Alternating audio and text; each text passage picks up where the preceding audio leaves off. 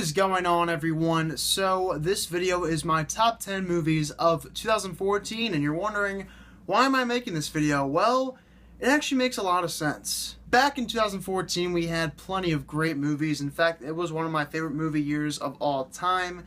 And this year, we actually have a lot of movies that are related or sequels to a lot of those good movies from 2014. The Lego Movie, Planet of the Apes. We had Dawn of the Planet of the Apes in 2014, and now we have War for the Planet of the Apes. We also have John Wick Chapter 2 that came out this year. Of course, we had John Wick from 2014. Khan Skull Island that came out this year. It was a sequel to Godzilla. We also have a new Spider-Man movie, Spider-Man Homecoming. We had the Amazing Spider-Man 2 from 2014, and we also have Guardians of the Galaxy Volume 2. We had Volume 1 back in 2014 too. So that's why this video makes so much sense for me. And don't forget about Dunkirk. It is Christopher Nolan's newest movie, and the last time Christopher Nolan actually had a movie was back in 2014, and that movie was Interstellar. So there you go. Do I expect this video to get a lot of views? No. Do I really care? No.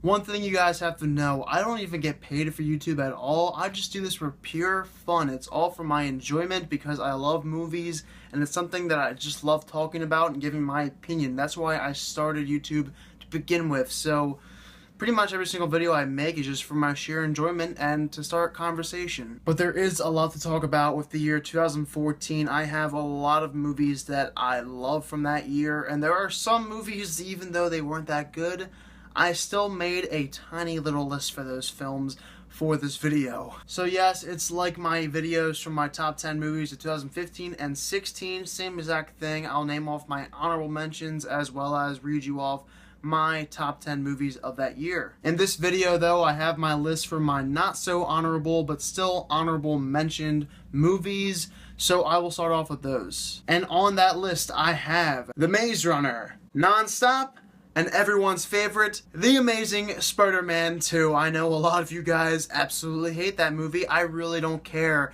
It's a guilty pleasure for me, and I don't care at all. I will watch that out of sheer enjoyment. I seriously think it's a bad movie, but I honestly don't care at all. So let's talk about my honorable mentions. I have a good amount here. Not as many as I did in 2015, or at least I don't think I do, but still a pretty good amount. So let's start off with those. And I begin with 22 Jump Street, Guardians of the Galaxy, Fury, American Sniper, Edge of Tomorrow, The Lego Movie, and Birdman.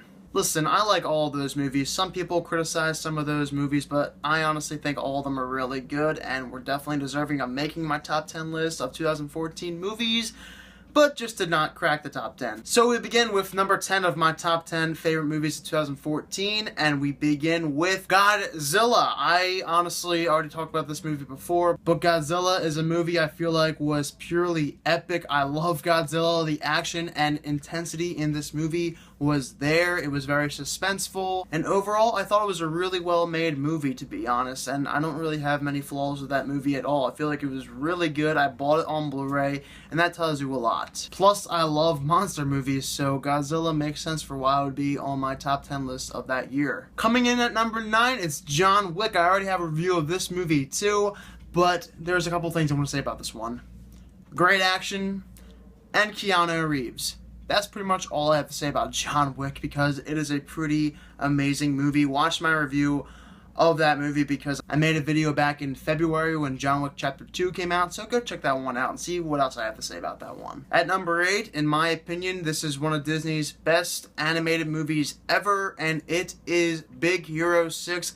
I just had pure fun with this movie. It is so much fun to watch, a lot of enjoyment. It's like a superhero movie. It's really funny too, and I honestly was just attached to this film. It was fun from beginning to the end, and also pretty artistic here and there. The animation was great. I think Big Hero 6 is one of the best animated movies that I know to this day. It is certainly a great time, and I think a lot of people love this one too. At number 7, The Imitation Game. Benedict Cumberbatch in this film. He is incredible. I think it's his best performance of all time. And what a really good script in this movie. The script in this movie kept me glued to the screen, and that's the reason why I love The Imitation Game so much. Besides Benedict Cumberbatch and Keira Knightley also being super good in this film, it's just a really good history film about what happened back in World War II, and overall I think it was really well made, and that script, like I said, is so good. The score in that movie too, oh my goodness, the score in the Imitation Game is fantastic. That's another thing I have to say about it. At number 6, Captain America: The Winter Soldier. This is easily my favorite action movie out of all the Marvel Cinematic Universe movies. This is a pure action movie in my opinion, and that's why I liked it so much. The Winter Soldier in this film was great, and all the fight scenes, Chris Evans coming back as Captain America was really cool, and I liked it how this movie was like an espionage film, sort of like James Bond, a lot of investigation and mystery in this film, and I think it was overall really well done, and of course the action is just incredible. Some of the best, I think, in the MCU right now, maybe even the best in the MCU. We don't really have a movie like The Winter Soldier, and that's why it's right here on this list. At number 5, it is Dawn of the Planet of the Apes. Dawn of the Planet of the Apes, my goodness. This movie just came right at me. I was not expecting all that much, but this movie felt so good after watching it. It was so well done. The action, like I said in this film too, really well done. Caesar in this movie, oh my goodness, you have a lot of emotion with him and the humans, and overall I just think Dawn of the Planet of the Apes is easily the superior between that and the first one, and I'm so excited to see where War of the Planet of the Apes goes from there. This movie, man, it's really kick-ass. Number 4, a movie that turned me upside down, and that is Whiplash. Man, I really don't want to be a drummer after watching this movie so many times, because J.K. Simmons in this movie is truly an asshole. I mean, when I say an asshole, J.K. Simmons, my God, this guy is mean, and I felt it from the beginning to the end. His performance in this film was absolutely incredible, and the script in this movie too, it was very intense, very well written, and that's why I love Whiplash so much. The acting in this film is possibly the best acting of 2014. It is some of the best, and this movie is so intense, and I just love that about Whiplash. It is such a great film. At number 3, it is Nightcrawler. This movie is one of the most intense, creepiest movies I have ever seen. Jake Gyllenhaal in this movie, you don't even see him in this film because he is just that good. It is definitely his best performance of all time, and when I say creepy, he's very creepy in this movie. He's very manipulating, and that's what I loved about Jake Gyllenhaal's performance so much. The last 15 minutes in this movie too are so good and riveting, and I was on the edge of my seat in the last 15 minutes because it's that good. Even Los Angeles in this movie looks fantastic. The cinematography is good. Everything about Nightcrawler just worked for me, and I love it. And finally, we have the last two. These two movies are easily my top 2 favorite of the year, and it's very hard to choose between the two, but ultimately at number 2 I have to go with Interstellar. Christopher Nolan is my favorite director, and Interstellar I feel like is a truly epic film, and when I say epic, space is all I have to say. The cast is stacked. It's led by Matthew McConaughey. He's amazing in this movie. The emotion, the feels of this film are so good, and I just like the story overall. I like how they travel to different planets to try to find a way to live and to get away from Earth, and I just think it's a really well written script. I think it's really well directed. There are some problems with this film, that's why people don't like it. There are some things that don't make complete sense, and that's the only thing I don't like about this film. But it is Christopher Nolan, and this movie is so rewatchable. I watch it all the time. The score in this film is mesmerizing. It is fantastic. It is my favorite score, maybe of all time. It is just that good. Hans Zimmer, the best composer I think working right now. I think that's pretty safe to say.